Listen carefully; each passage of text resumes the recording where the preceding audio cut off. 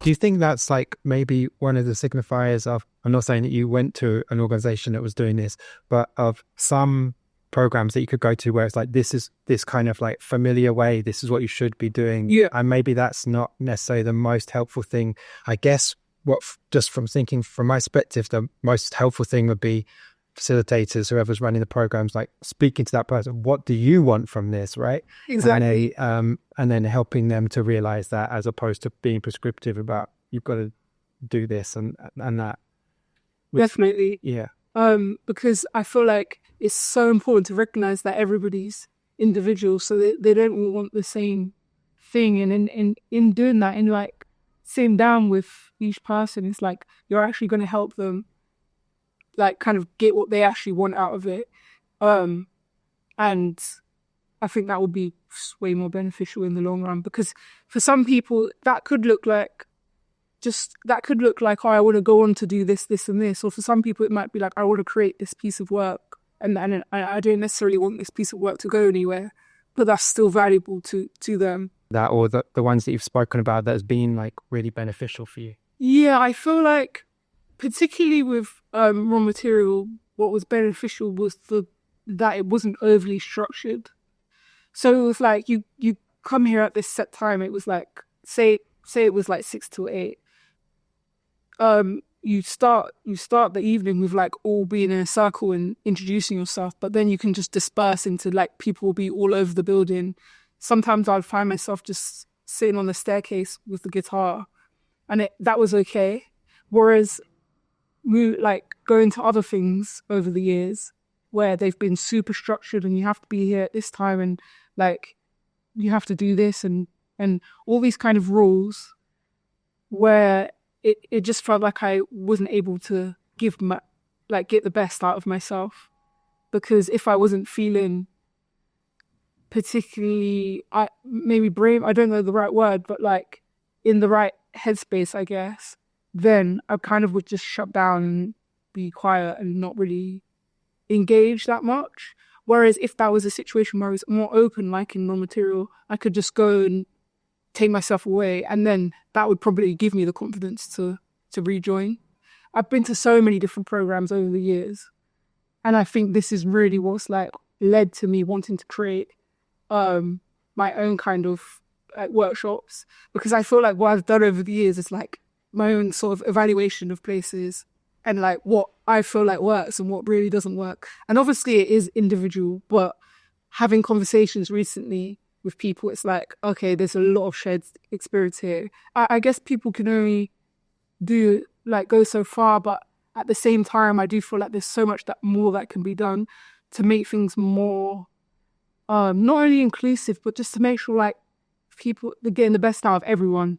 And I feel like, yeah, that's what I'm realizing. And in creating this documentary is what I'm realizing is like really needed. For me, for example, like maybe I'd feel apprehensive to go to like, this group thing where you feel maybe a bit of social anxiety, a bit uncomfortable, especially if already you're like maybe struggling a little bit.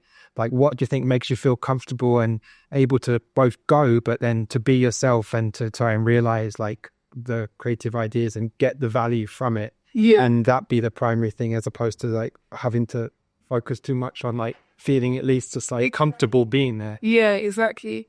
I feel like what that would look like for me is kind of like, for example, in the start, when you're doing like introductions and stuff, maybe even before you attending the groups or something, maybe it's a thing where it's like you meet the facilitator, or even just in terms of like what I've really struggled with in the past is, I don't know if this is just me, but like when they do icebreakers, and say they do like memory-based ones where you have to remember people's names, like that straight away has immediately thrown me off. And I'm like focusing so much on the fact that I struggle to remember names that I'm now immediately like feeling so uncomfortable that I'm sort of thrown off from the start, that kind of thing.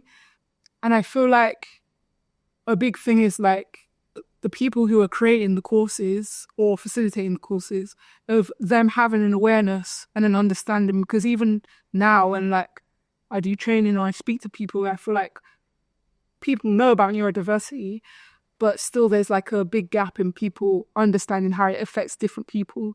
And I do feel like if like the things that I'm talking about in terms of creating a certain environment where people feel more like safe and like they're part of something, I feel like that would benefit everyone. So I feel like it's not just a thing where it's like, oh, it's only going to help people who are neurodivergent. I feel like it's something like, as humans, to create a nice, comfortable space, people will thrive. Agree. I feel like it's kind of an old school idea as well, that knowing someone's name brings them closer to someone. I don't feel close to someone if I know their name. I feel closer to someone if I feel comfortable in their presence, like have a sense of who they are. And like, so, and I'm with you, like my memory for names is poor, but I remember faces and like, yeah, I could connect in different ways. I don't think that's the best icebreaker. Yeah.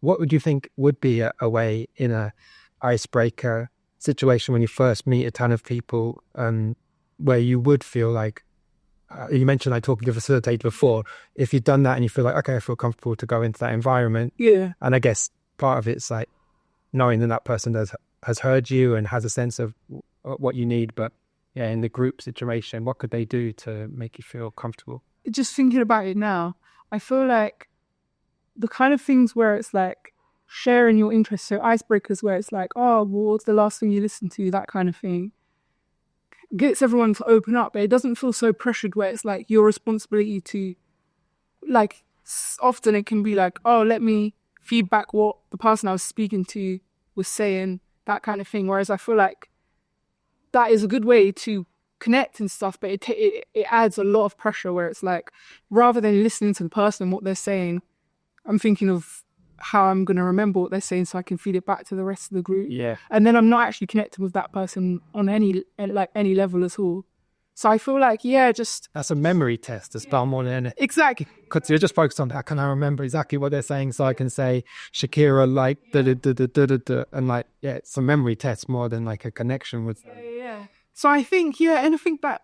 I'm not really sure exactly, but anything that I feel like actually creates connection or just kind of eases into. I like that idea, like of like speaking to something you're really into, because like most people like talking about things that they're passionate about in that moment, and likely in that group there's going to be someone that's like, I'm also really into that person as well at the moment. That's cool. And then you can potentially go towards that person and like build a relationship based on that.